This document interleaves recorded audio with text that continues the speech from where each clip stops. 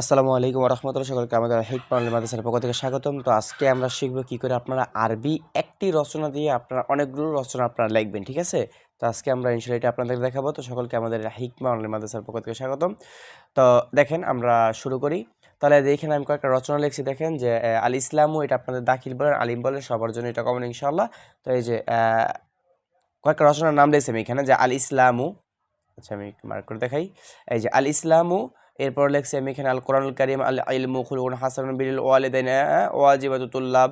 হ্যাঁ, এই যে এই রচনাগুলো একদম কমন, যে রচনাগুলো আসে ইনশাআল্লাহ।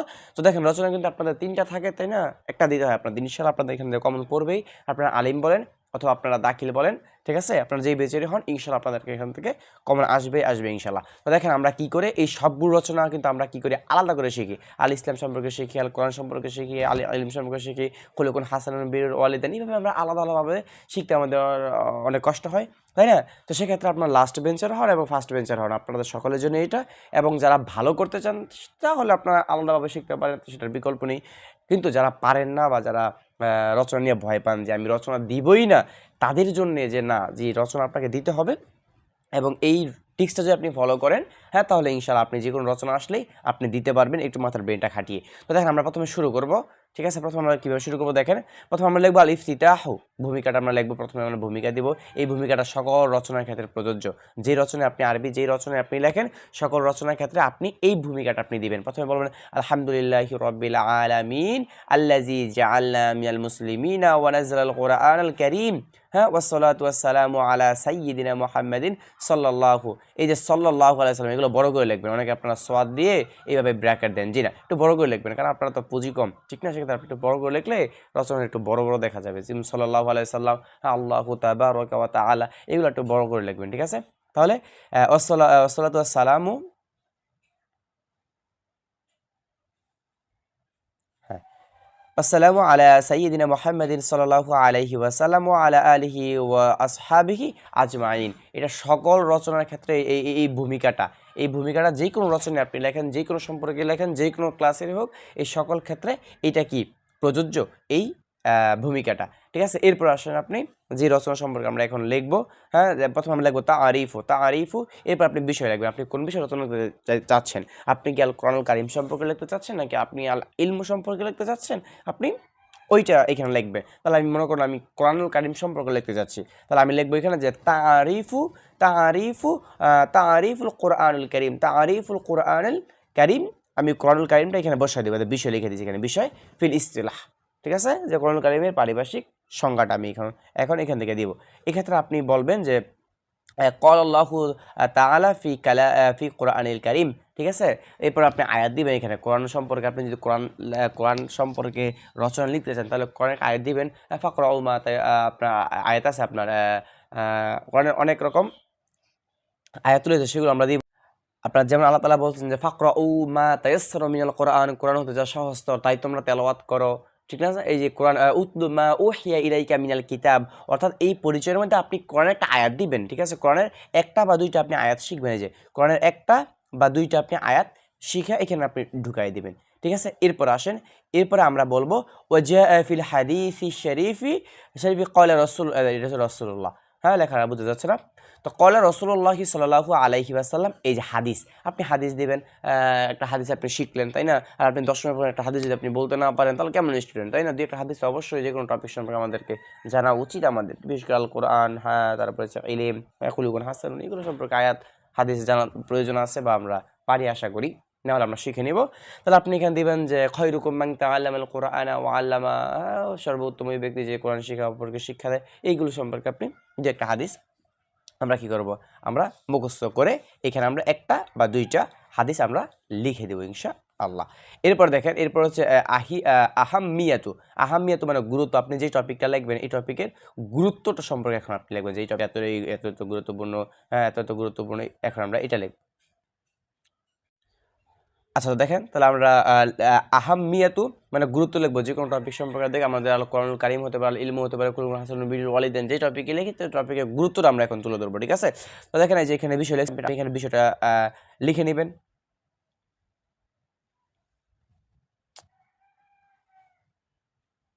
হ্যাঁ দেখেন, তাহলে আপনি আহাম্মিয়াতু, তারপরে এখানে আপনার যদি কোরআনুল কারিম হয়, তবে কোরআনুল কারিমটাই বেশি আপনার কি কমন, কোরআনুল কারিম এবং ইলমটা ইনশাল্লাহ বেশি কমন, আর হচ্ছে ইসলামটা। ঠিক আছে, তো ইসলাম সম্পর্কে আপনি যেটা শিখে রাখবেন, ইন্না দীনা ইনদাল্লাহিল ইসলাম, তাই না?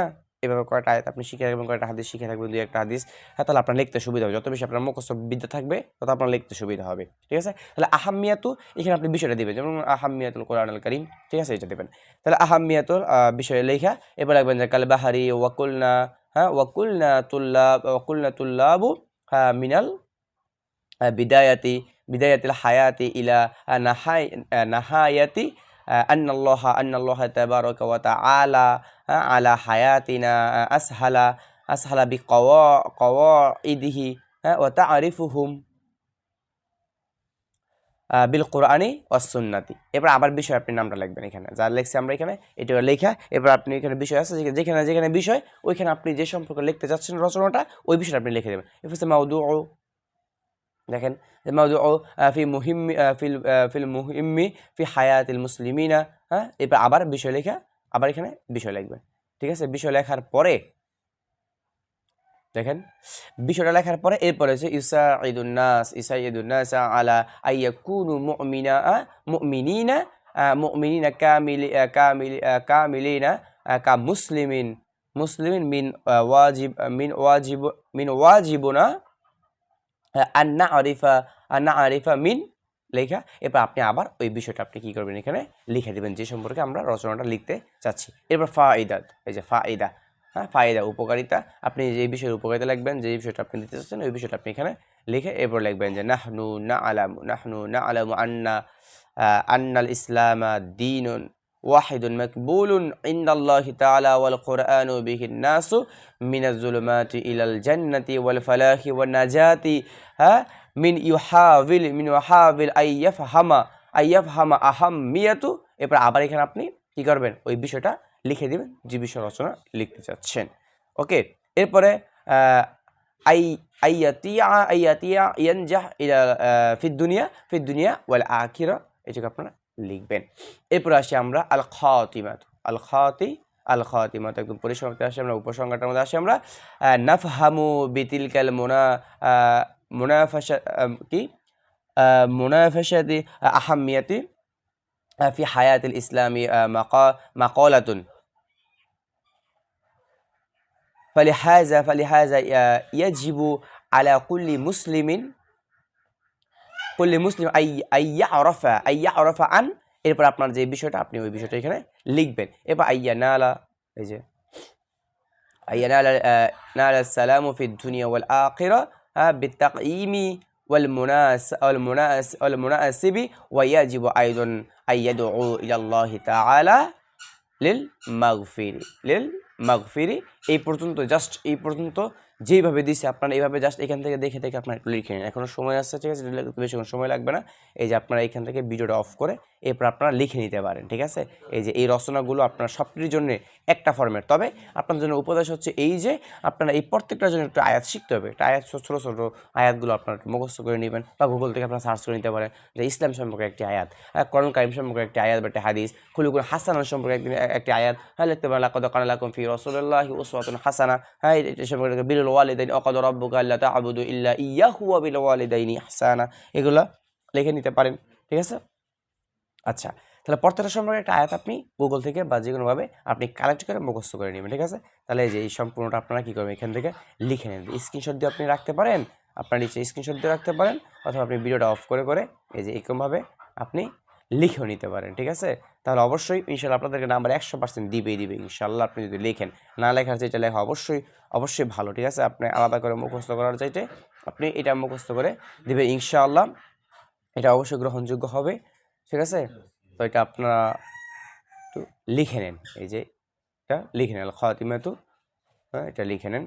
তাহলে অবশ্যই আমাদের চ্যানেলটি সাবস্ক্রাইব করে রাখবেন এবং বন্ধুদের মাঝে শেয়ার করবেন অবশ্যই। এবং যে কোনো প্রয়োজনে বা সাজেশন লাগলে অবশ্যই আপনারা ব্রড সাজেশন লাগলে আমাদের এই নাম্বারে আপনারা হোয়াটসঅ্যাপ করতে পারেন বা ইমোতে আপনারা যোগাযোগ করতে পারেন।